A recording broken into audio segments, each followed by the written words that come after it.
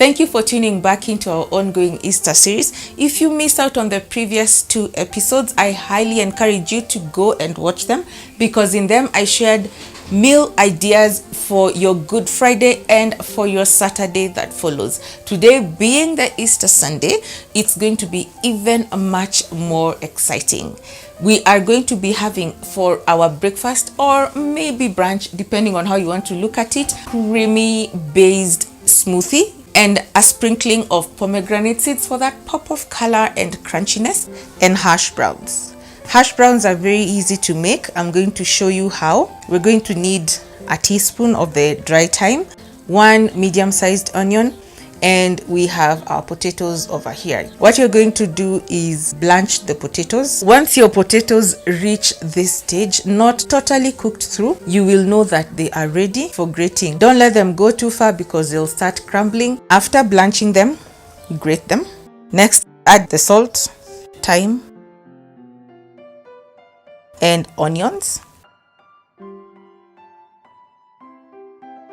I've decided to throw in some spring onions, the green part, and I'm also going to crack in my colored peppers in there just to give the whole dish an uplift.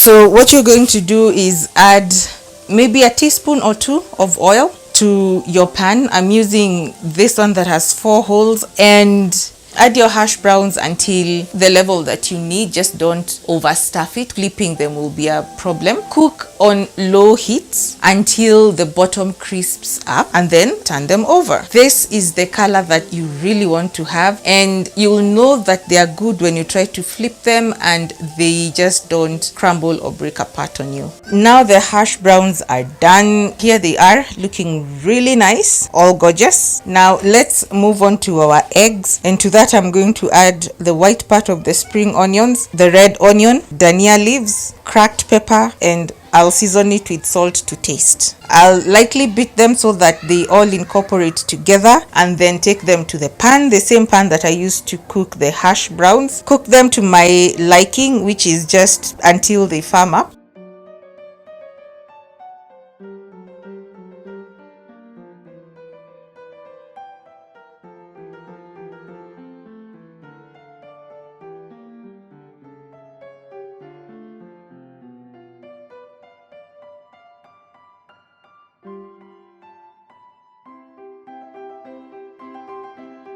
So you're going to start by adding the yogurt to the blender, followed by the frozen bananas, and then your honey. The amount of honey that you add is totally up to you. Then hit the smoothie function if your blender has it. Blend it until it's smooth to your consistency.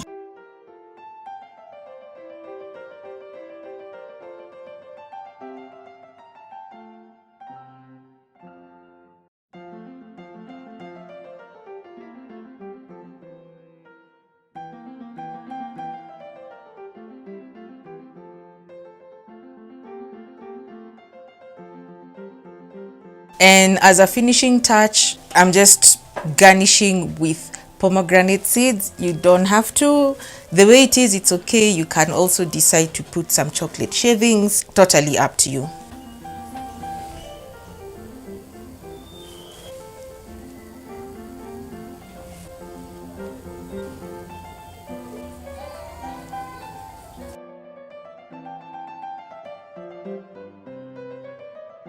And just like that, breakfast is done, fit for champions on this Easter Sunday.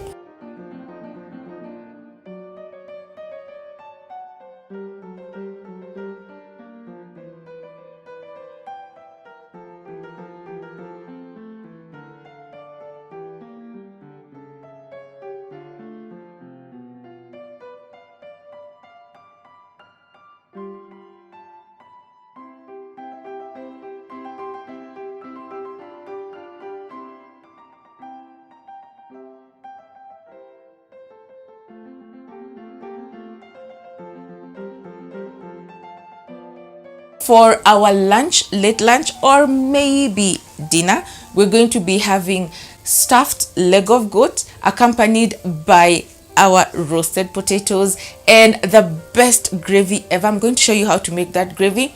And as usual, we're going to be having kachumbari because, I mean, goat without kachumbari, tangulini. So let me introduce you to the ingredients that we're going to be using for today's meal. And after that, we're going to get right to cooking this fantastic meal.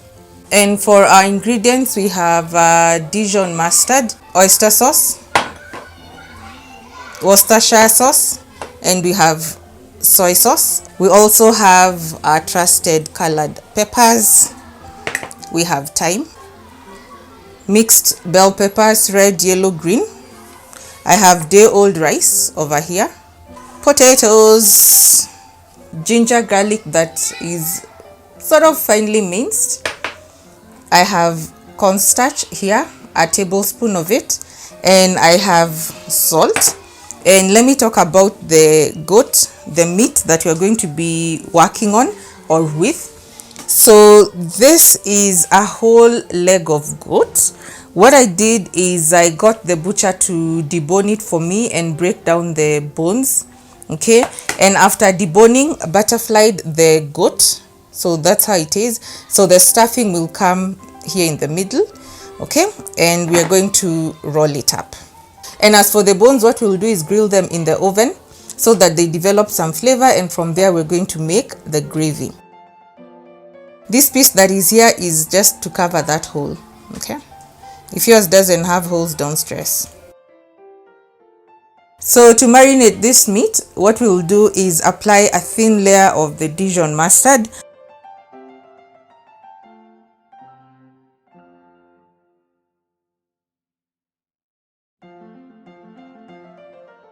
followed by some salt, freshly cracked peppers, and the thyme, and we will do this on both sides of the meat.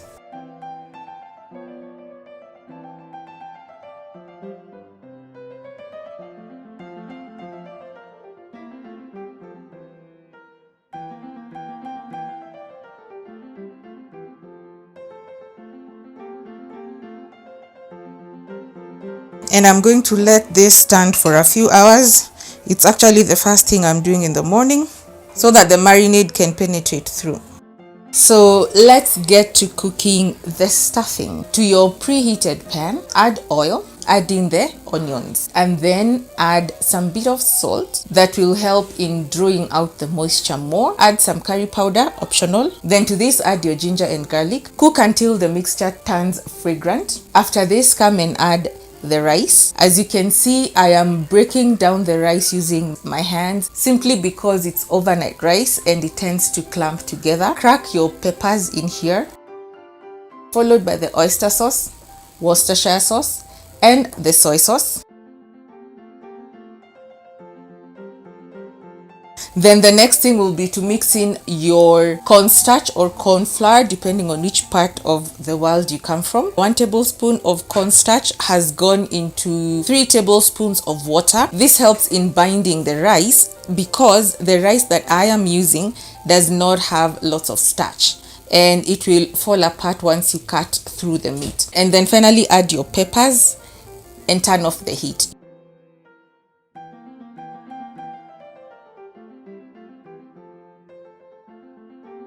Now it's been like 4 to 5 hours and the goat has marinated beautifully.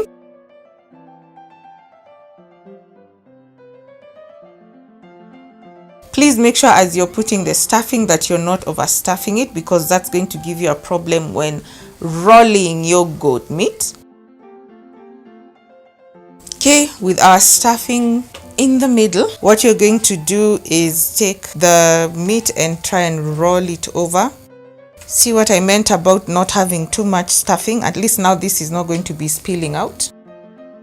Now let me come and tie it up so that it does not open up when cooking, because you all know that meat does tend to contract or shrink and it's going to open up.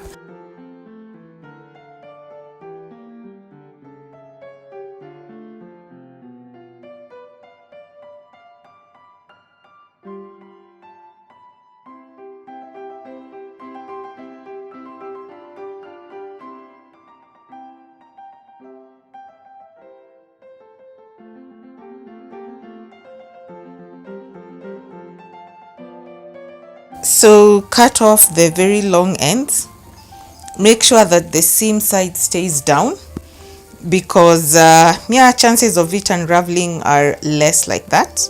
Before I put the potatoes on the baking tray, I'm going to season them just to improve on their flavor. Nothing bland for this meal. So I'm going to be spraying a bit of oil just so that the spices can hold on to the potatoes.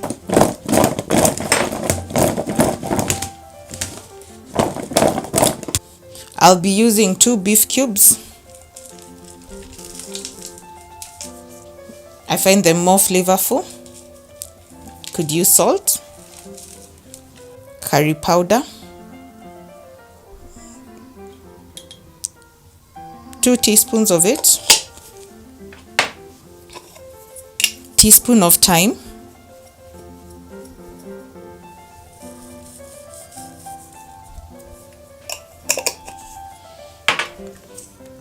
and by now najua mshazoea kona hizi peppers. I'm going to crack them in here.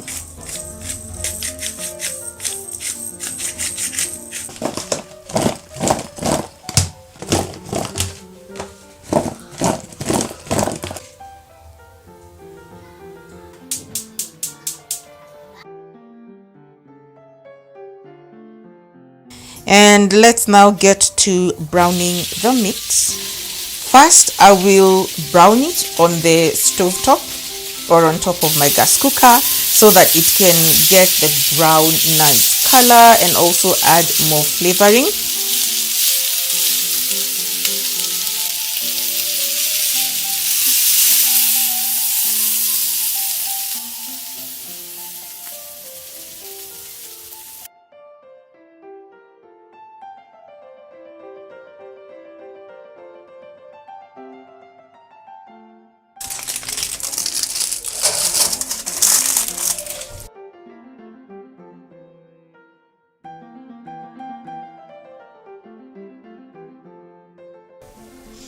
And in the same pan, I'm also going to add the bones so that they brown, develop flavor.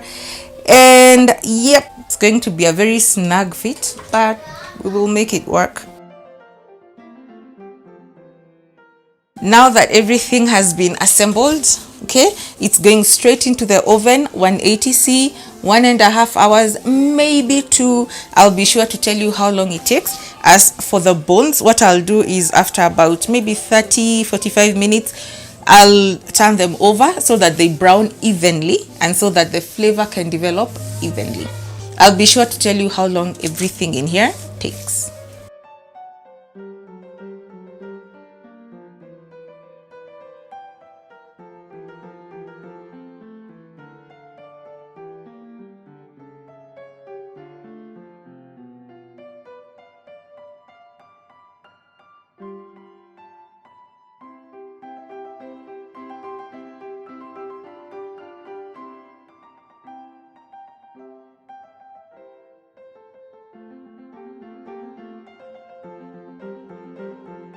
So once you get to this stage where your onions are caramelized, the next thing you're going to do is add tomatoes.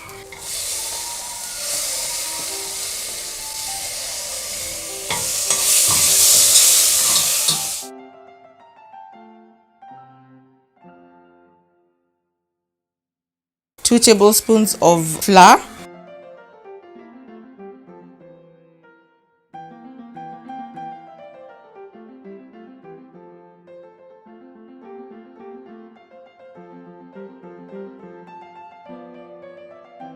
So make sure you get every last drop of flavor from your drippings. Don't waste anything. You've worked so hard for all this. Okay, at this point, all you have to do is leave it to simmer on low until it reduces to the consistency that you want. I'm going to show you how that looks like after we're done. We're almost at the end of our meals for today. So let's cut off the twine that was holding the goat together. And at this stage, it's where you pray and hope that once the twine is off, that the goat does not just open up. By the way, in case anybody is wondering, it took 1.5 hours for the goat to get to the stage where it is at. So yeah.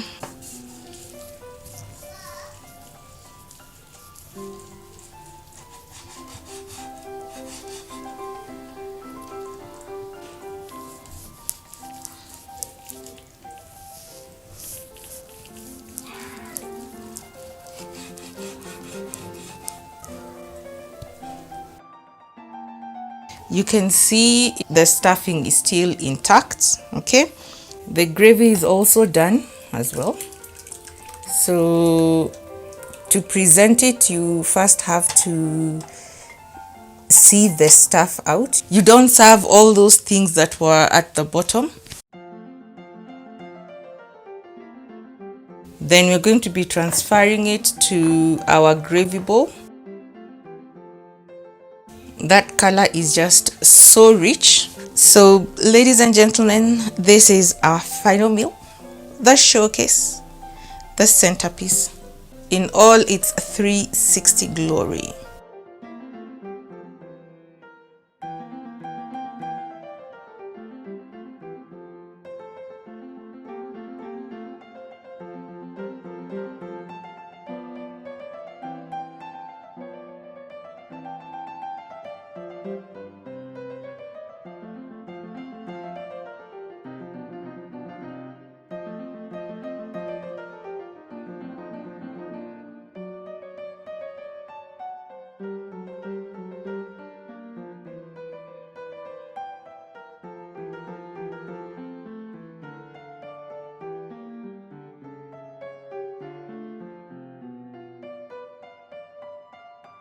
It's been quite the hot day in the kitchen today, but I've enjoyed myself. And please make sure that you tune in for our next episode where we're going to be cooking for our Easter Monday. It's gonna be just as lovely as it's been today. So until next time, please keep it Jikoni magic. Bye bye.